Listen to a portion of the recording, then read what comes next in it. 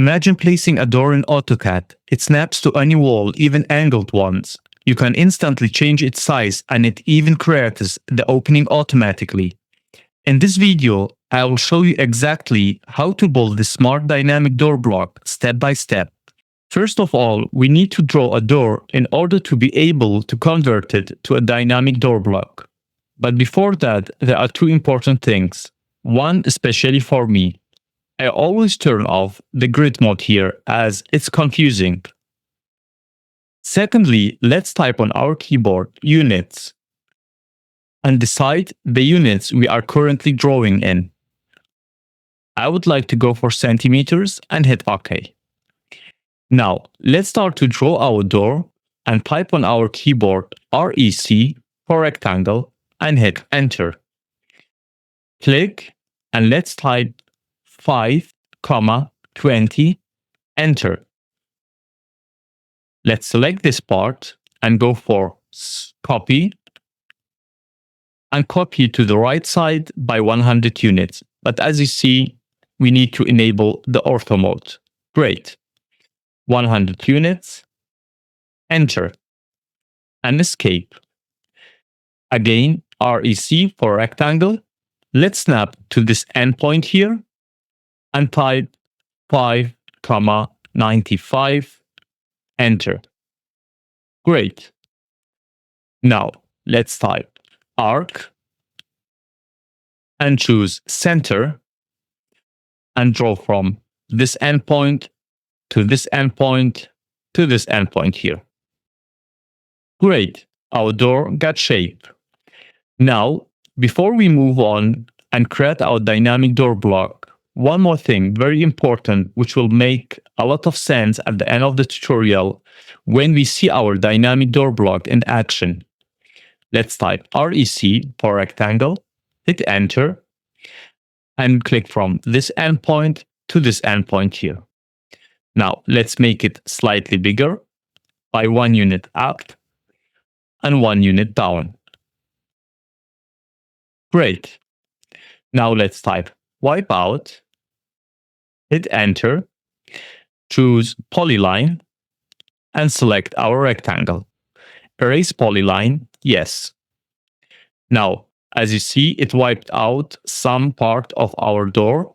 No problem, we will select it and type draw order and simply send it to back. Great. Now, one more thing, we will type again wipe out, frames, and hit off. Great. Now we even don't see anymore the frame of the wipeout in case it shows up. Great. Now we are ready to move on to the next part of our tutorial and convert this door to a dynamic door block. Let's type on our keyboard block, hit enter. Here, let's start by giving our block a name and type dynamic door. Second point is, here we will click on select objects. Make sure you cover the entire objects of the door and then hit enter. Then let's pick a point and click on this point here and make sure you have open in block editor ticked so that we can directly open the block editor, hit OK. So here, let's select quickly this wipeout frame and go for draw order and send it to back. Now, the first thing, we go to parameters and choose linear. And here we create a parameter from this endpoint here to this endpoint. Great. Again, choose linear in parameters. And let's create another parameter from this endpoint to this endpoint here. Then let's move on to actions and go for, again in parameters, we'll go for alignment and press Ctrl plus right click. Okay. And let's choose mid between 2 points.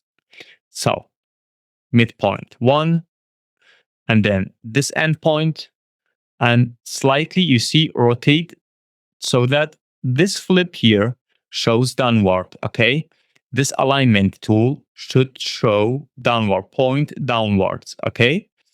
Now, great. Let's select distance to and type properties.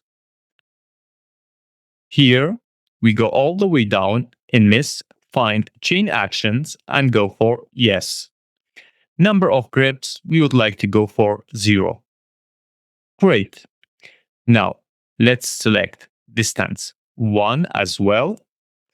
And here we go for value set. This type, we go for increment. So here we set the how many units our door should change sizes, okay? So I will set a value of 5. Distance minimum, I would like my door width from here till here.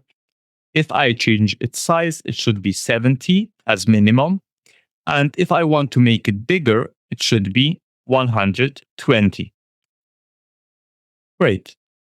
Now chain actions, no. Number of grips, we will only need 1 grip and it would be here. Great. Now let's move on and go for actions and choose stretch. So select this distance 1 as the parameter. Select the point of the parameter. And now let's draw a rectangle here.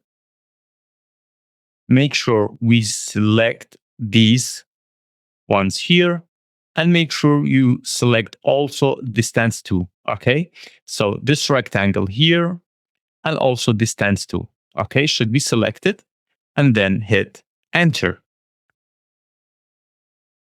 Great. Now let's go for actions and this time let's add a scale.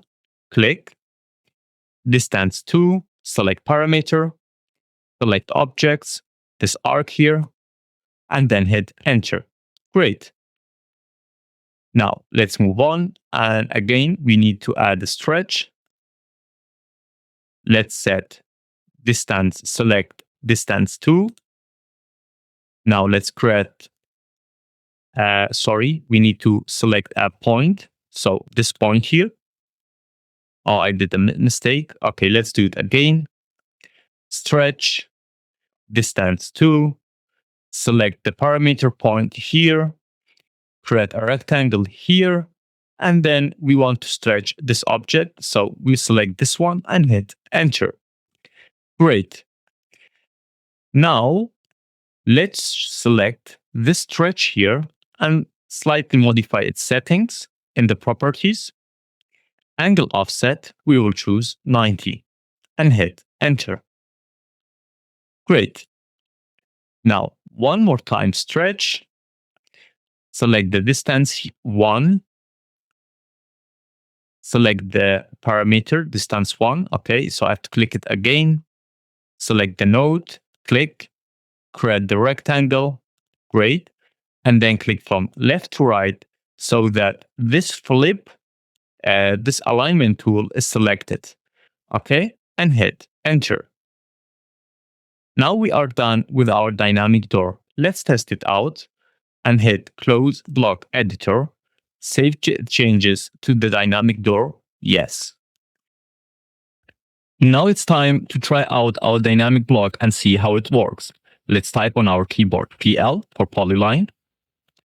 Let's draw a wall. Let me quickly disable my ortho mode. And great. Now let's type offset 20, enter, and create our wall. Great.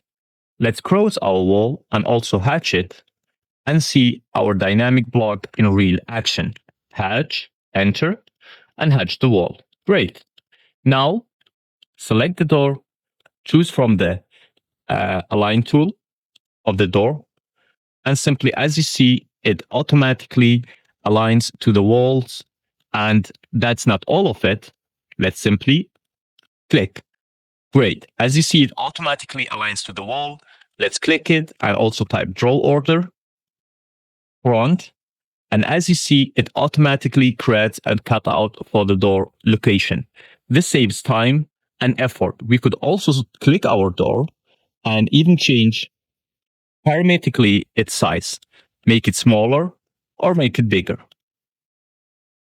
You can download this dynamic door here from my Patreon. And that was it for our today's tutorial. If you learned something, don't forget to like and subscribe. And if you have any questions for me, let me know in the comment section below. See you in our upcoming tutorial. Bye.